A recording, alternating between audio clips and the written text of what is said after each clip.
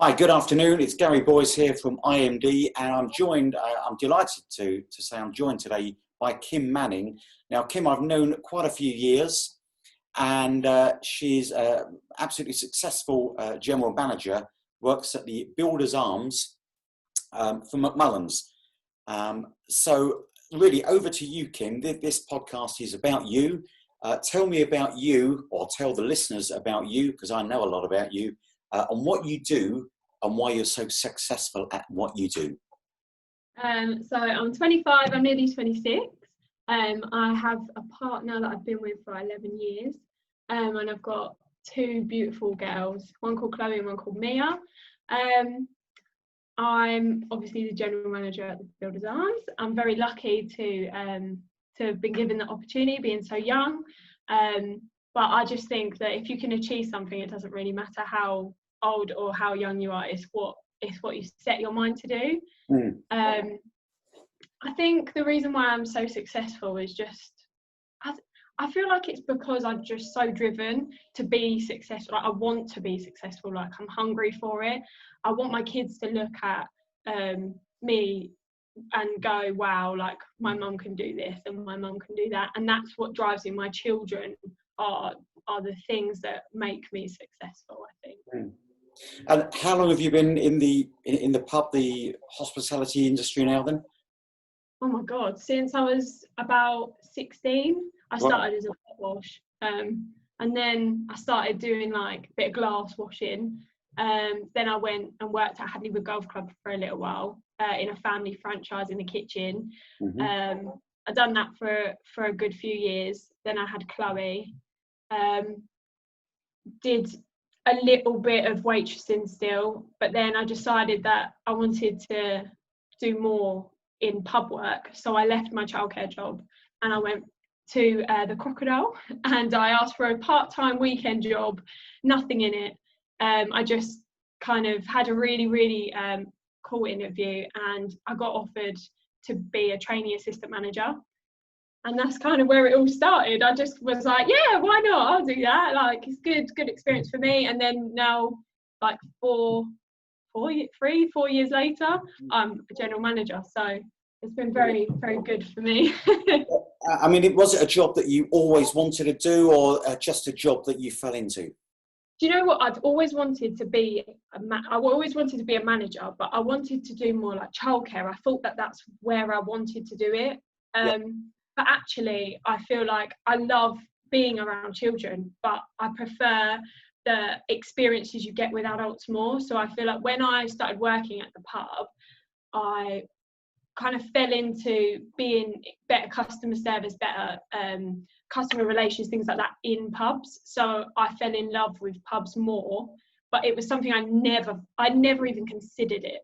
It was always going to be childcare, but this industry, just if you love it, you just get grabbed by it, and you can't do anything about it. You just fall in love with the job. I think you're absolutely right. There's it's one of those Marmite industries. It's long hours, it's hard work, but I just find it so rewarding, so rewarding. And in terms of your childcare, I think if you, yeah. It's the crazy world that we live in, I tell you. It's a crazy world we live in. But yeah. I mean, talking about the crazy world, there's nothing more crazy than what's going on in the world at the moment. Now, I know you're a really positive person, but this pandemic, how have you personally sort of coped with it? How do you think the hospitality industry is coping with it as a whole? And what do you think the future is in terms of, yesterday was the whatever it was, the 10th, the 11th of May. I've lost count of the days. I think it's the 11th today. 11th, so the 10th, when Boris came out and said we're going to stay alert rather than stay safe and what have you. How do you think the industry, how do you think we're all going to pan out, and what are you doing to get through this period? I mean, I can only talk from my personal experiences, but I feel like McMullins as a company has been so supportive through all of this. So we have like an online chat, and we do like like little tasks and little competitions between ourselves, between not only the team but managers, head office. Like, we all get involved, we all stick together, and I think that is so important, because it shows that just because they're from head office, they still are in the same boat as all of us. And it's been really, really nice to see how this company is dealing with it and how they're treating us as team members. And you know, it's been crazy to look at. I think obviously where they said that we could be opening in July, from personal what I think, I think it's a bit early, only because of social distancing and things like that. It's going to be so hard to enforce that in our pubs, especially for smaller pubs like me. Like, I'm quite a small pub. You could only have 20 people maximum in there with social distancing. How do you enforce that? I mean, I would probably say a little bit later, but it all just depends, because no one knows what the situation is. Absolutely. I think we take day to day, and you'll hear people say, yeah, but what about the economy? What about this? But we've got to get through this health issue first. Because if none of us are around, well, no one has to worry about the economy. My own thoughts on this are that we will get through it. Without doubt we get through it, and that there's been other things in history. No one could have predicted where we were. If you go back just a few months, Kim, 1st of January, everyone made their New Year's resolutions. 2020 is going to be my year, this, that and the other. No one had any idea. 100%, that was what I said. I was like, 2020, my year, second year in front of the pub, I'm going to smash it, and I'm not even at the pub for my second year. Yes, yeah. But look how we've coped with it. And this is, I think, the 8th week we're in now of lockdown. Sadly, I see a lot of negativity out there, from this personal opinion from the press. There's a massive wave of negativity. And I think it's people like you that can see through that, see the opportunities. Certainly I can. I'm excited about the opportunities that do lie ahead. But it's great that we're putting together at the moment communication, as you say, with the team, your other managers, etc. That's absolutely key, to keep in the loop. Yeah, definitely. I fully agree with that. Good. I think that's really important. So tell me, Kim, in terms of what drives you, you said earlier, you're the Chloe and Mia, doing the best you can for them, etc. But where do you see what's your targets? What's your goals? You're a GM, which I know you told me a few years ago. I don't think I'll ever do that. But I remember saying, I would get there. Do you know, because I think it's because I'm so, I can't even explain it. Happy-go-lucky. Like, I don't know too much, but I know that I want to get there. So with something like that, I always was like, oh, I'm never going to do it. I'm never going to get there. But I kept thinking, like, if I always say that I'm never going to do it, like, if I always say I'm never going to get there, I'm never going to get there. And then I started believing in myself. Yeah, I started believing in myself and saying, I can do this. I can get there. And I just one day woke up and was just like, this is it. I'm going to drive myself to become the best I can be. Fantastic. So tell me, since you've been at the Builders as GM, and I know personally that you've been very successful there, but tell me about one of your successes. What's really done it for you?